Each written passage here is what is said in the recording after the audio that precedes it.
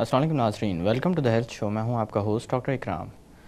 ناظرین، زندگی میں اصلاح کی گنجائش کبھی ختم نہیں ہوتی۔ انسان اپنے آپ کو اندر سے یا پھر باہر سے ظاہری طور پر بہتر بنانے کی کوشش اور جستجو کر سکتا ہے۔ آج ہم بات کریں گے میڈیسن کی ایک ایسی فیلڈ کے متعلق جو کہ ڈیولپ ہی اسی لیے کی گئی ہے کہ انسان کی ظاہری خوبصورتی کو برقرار رکھا جا سکے، اور وہ لوگ جو اپنی جسمانی خد و خال سے کسی حد تک ناخوش ہیں ان کے اندر کوئی ایسی تبدیلی لائی جا سکے جس کے ذریعے ان کی اس کیفیت کو تبدیل کیا جا سکے اور ان کے اندر خود اعتمادی بحال کی جائے۔ جس صنف کا میں تذکرہ کر رہا ہوں وہ ہے کاسمیٹک سرجری، جو کہ پلاسٹک سرجری کی ایک ذیلی شاخ ہے۔ آئیے اس کے بارے میں ڈاکٹر عارف حسین سے جانتے ہیں، جو کہ کنسلٹنٹ پلاسٹک سرجن ہیں اور جن کا اپنا کلینک ہے by the name of aesthetic shapes. السلام علیکم ڈاکٹر صاحب۔ وعلیکم السلام، کیسے ہیں آپ؟ ٹھیک ہے، اللہ کا شکر۔ ڈاکٹر صاحب، سب سے پہلے تو آپ کا بہت بہت شکریہ کہ آج آپ تشریف لائے تھینک یو اس اہم موضوع پر ہم سے بات کرنے کے لیے۔ You are always welcome. Doctor صاحب، کاسمیٹک سرجری کس طرح کی فیلڈ ہے؟ لیکن کاسمیٹک سرجری، جیسے آپ نے اپنے انٹروڈکشن میں کہا کہ ایک شاخ ہے پلاسٹک سرجری کی، اس کو آپ کہہ سکتے ہیں کہ 15% پلاسٹک سرجری کا ٹوٹل جو ہے کاسمیٹک سرجری ہے۔ پوری پلاسٹک سرجری ریکنسٹرکشن پہ ہے۔ کاسمیٹک ظاہر سی بات ہے اسٹیٹکلی لوگوں کو خوبصورت بنانا یا ان کو اور پریزنٹیبل بنانا معاشرے میں، اس کو کہا جاتا ہے۔ کاسمیٹک سرجری کے اندر بہت ساری شاخیں پھر اور آ جاتی ہیں، جس میں انویزو کاسمیٹک سرجری ہے، نان انویزو کاسمیٹک سرجری ہے۔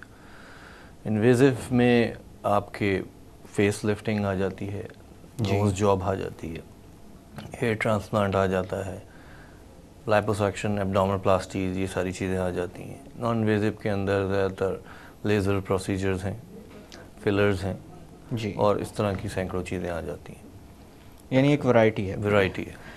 اچھا ڈاکٹر صاحب، اگر بات کی جائے جیسے میں نے شروع میں بتایا تھا کہ وہ لوگ جو اپنے جسمانی بناوٹ کے اوپر کسی بھی وجہ سے نادامی کا شکار ہوتے ہیں یا اتنے زیادہ خوش نہیں ہوتے، وہ لوگ عام طور پر آپ سے رجوع کرتے ہیں اس سلسلے میں، تو زیادہ تر کس طرح کی شکایات یا پریشانیاں لے کر لوگ آپ سے؟ بڑا اچھا سوال آپ نے کیا۔ کاسمیٹک سرجری میں بہت سے ایسے لوگ آتے ہیں جو کہ جیسے رائنوپلاسٹی کی مثال لے لیں، ناک کی سرجری، وہ اپنی ناک سے خوش نہیں ہوتے ہیں، تو وہ چاہتے ہیں کہ وہ پریزنٹیبل دکھیں۔ اور رائنوپلاسٹی کا جب بھی یا نوز کی سرجری کا جب بھی پیشنٹ ہمارے پاس آتا ہے تو ہم ہمیشہ اس کی سائیکیاٹرک ایویلیوشن کراتے ہیں کہ اس کا لیول آف سیٹسفیکشن کہاں تک ہے۔ جی، کیونکہ ناک کی سرجری ایک بہت ٹیڈیس کام ہے کہ اس میں ذرا سا ملی میٹر کا بھی فرق جو ہے آپ کی ناک کو بہت چینج کر سکتا ہے۔ تو پہلے ہم اس کی سیٹسفیکشن، لیول آف سیٹسفیکشن دیکھتے ہیں کہ وہ کیا چاہ رہا ہے، اور اگر ہم سمجھتے ہیں کہ ہم اس کو وہ چیز دے پائیں گے تو پھر ہم اس کو اس پروسیجر کے بارے میں بتاتے ہیں اور پھر اس کی سرجری پرفارم کرتے ہیں۔ بہت سے ایسے لوگ ہوتے ہیں جن کو ہمیں سائیکیاٹرسٹ کے پاس بھیجنا پڑتا ہے اور پھر ہمیں اوکے کرتا ہے کہ اس کا مینٹل لیول اس قابل ہے کہ یہ جو آپ پروسیجر کریں گے اس کو سمجھ پائے گا، دین وی پرفارم دیٹ سرجری۔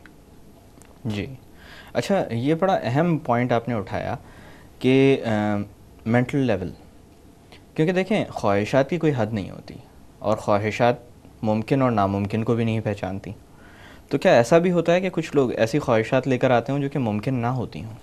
بہت سے ایسے آتے ہیں، کیونکہ دیکھیں لوگوں کی تھنکنگ ایسی ہے یہاں پہ کہ اگر کوئی ایک چیز شروع ہو جاتی تو اس کے پیچھے وہ پڑ جاتے ہیں بھیڑ کی چال کی طرح۔ جیسے مثال آپ کو دوں ہیئر ٹرانسپلانٹ کی، کہ اس کے تو رزلٹ بہت اچھا آیا تھا ڈاکٹر صاحب، اور میرا بھی اسی طرح رزلٹ چاہیے، گو کہ اس کے پاس بال موجود بھی نہ ہو، لیکن اس کی ایکسپیکٹیشنز یہ ہوتی ہیں۔ دوسری ایک چیز یہ، جیسے ناک کی سرجری کے حوالے سے کہوں کہ بہت سے لوگ میرے پاس ایسے بھی آتے ہیں جو کہ تصویریں لے کر آتے ہیں ماڈلز کی ڈائجسٹ میں سے کہ ہمیں ایسی ناک بنا دیں، ہمیں ایسی بنا دیں، جو کہ ناممکن ہوتا ہے، کیونکہ ناک کے ایک اپنے پیرامیٹرز موجود ہوتے ہیں سارے، اور وہ پیرامیٹرز اگر ہم میجر کریں اور اس میں اگر 19-20 کا فرق ہوتا ہے تو پھر ہم اس کو کریکٹ کرتے ہیں۔ ایسا نہیں ہو سکتا کہ ایک کی بہت ہی موٹی اور پھیلی ہوئی ناک ہے اس کی پینسل کی طرح ناک بن جائے۔ جیسے مائیکل جیکسن کی مثال آپ کے سامنے، اس نے ایک پروسیجر تو نہیں کرایا، اس نے رائنوپلاسٹی ہی اپنی 5-6 دفعہ کرائی، اس کے بعد اس قابل نہیں ہوئی کہ اس کی ناک میں کوئی کام ہو سکے۔ تو ہمیشہ ایک چیز کا لیول ہوتا ہے۔ بہت سے میرے پاس لڑکیاں ایسی آتی ہیں جن کی ناک میں کچھ کرنے کو مجھے نظر نہیں آتا اور ان کی بہت اچھی ناک ہوتی ہے، but they are not satisfied, تو میں ان کی کاؤنسلنگ کرتا ہوں.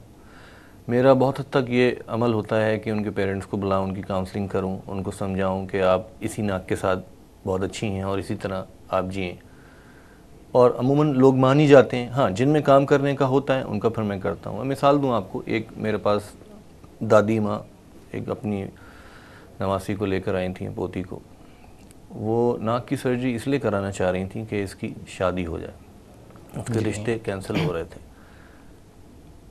لڑکی انٹرسٹڈ نہیں تھی جس کی پروسیجر ہونا تھا, اسے کچھ پتہ نہیں تھا میں نے کیا کرانا ہے. جو اس کے ساتھ آئے تھے وہ کروانا چاہ رہے تھے. جی. تو میں نے ان سے یہی کہا, دیکھیں اگر میں ان کی ناک بنا دیتا ہوں اور اس کے بعد ریجیکشن ہو گیا تو پھر آپ کیا تیسری دفعہ بنوائیں گے؟ جو آپ کو پسند کرنے آ رہا ہے ہو سکتا ہے اس کو وہ ناک بھی پسند نہ آئے. تو it's all in your mind, you سی.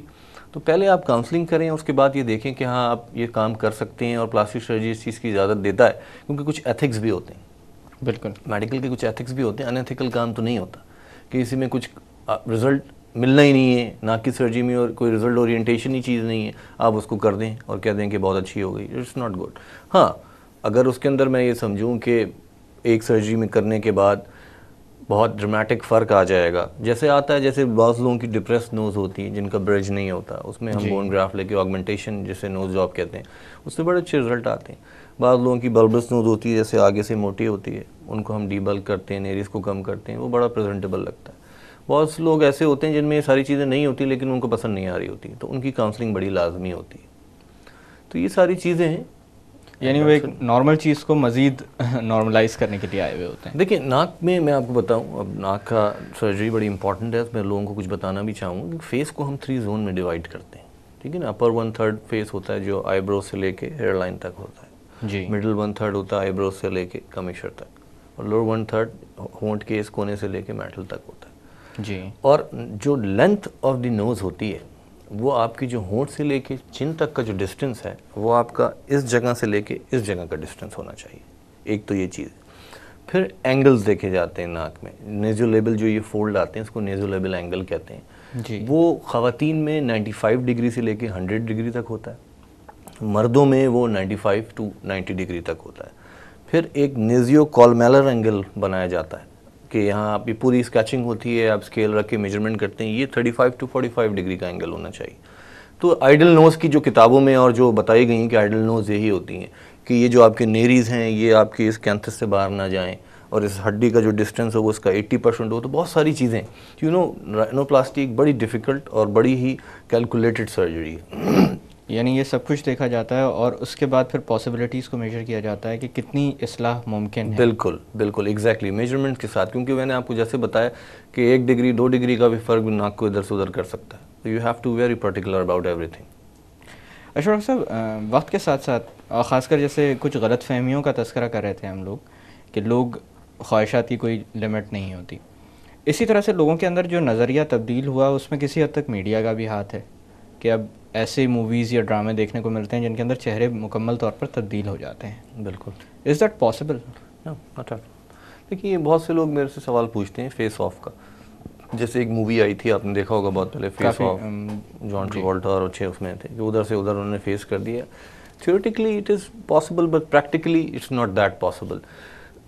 اس کو ہم دیکھیں, فیس ٹرانسپلانٹ پورا ابھی تک کمپلیٹ پوری دنیا میں نہیں ہوا ہے, ہاف اس کو کر رہے ہیں, لیکن وہ ریکنسٹرکشن کے ضمن میں آ رہا ہے, وہ کاسمیٹک کے ضمن میں نہیں آ رہا ہے.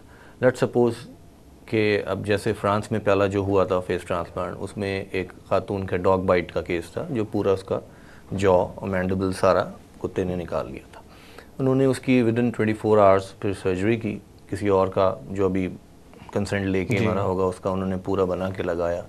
لیکن وہ سرجریز اتنی کامیاب ہوئی نہیں کیونکہ مسل کا فنکشن اتنا اچھا نہیں رہا. جی. ٹھیک ہے, لپ اسی طرح کا آ گیا, چین اسی طرح کا آ گیا, لیکن ڈرولنگ رہی, مسل کا فنکشن صحیح نہیں رہا. پھر جب یہ سرجریز پرفارم کی جاتی ہیں تو امیونو کمپرومائز کر دیا جاتا ہے پیشنٹ کو تاکہ فوراً باڈی ریئیکشن نہ ہو. جی. کہ آپ کو بالکل امیونٹی سپریس کر دی جاتی ہے. اس سے بڑے سیکنڈری انفیکشنز ڈیولپ ہوئے, دوسری ساری چیزیں ہوئیں. تو اس کے اوپر ورکنگ ابھی ہو رہی ہے, لیکن ابھی تک کوئی ایسا فیس ٹرانسپلانٹ ہوا نہیں جو ہم کہیں کہ جو فلموں میں اور اس میں ہوتا ہے کہ دوسرا بدل گیا. اٹس ناٹ لائک دیٹ, کیونکہ بہت ساری چیزیں خدا کے ہاتھ میں, بلکہ ساری چیزیں ہی ہیں. میں تو یہی کہنا چاہیے. تو تھیوریٹکلی تو ہے لیکن practically it's not that possible کہ کمپلیٹ فیس آف ہو جائیں کہ آپ شاہ رخ خان کی شکل بنا کے ادھر ادھر کی ہو گئی ہوں. جی it's not like that. Doctor صاحب اب تھوڑی دیر کی باتوں کا سلسلہ روکتے ہیں.